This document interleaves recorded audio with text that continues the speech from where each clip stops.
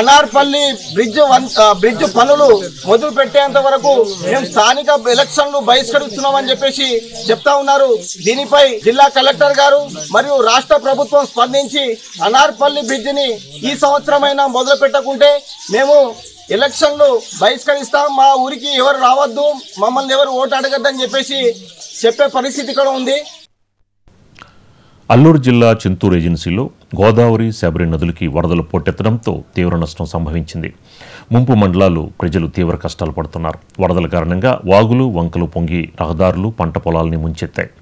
దీంతో నష్టపోయిన తమను ప్రభుత్వం ఆదుకోవాలని డిమాండ్ చేస్తూ ముంపు గ్రామాల ప్రజలు జలదీక్షలతో నిరసన తెలుపుతున్నారు.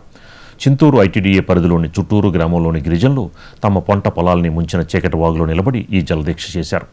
ప్రతి ఏటా వరదల వల్ల పడుతున్న కష్టాలకి శాశ్వత పరిష్కారం చూపాలని వారు ప్రభుత్వాన్ని డిమాండ్ చేస్తున్నారు.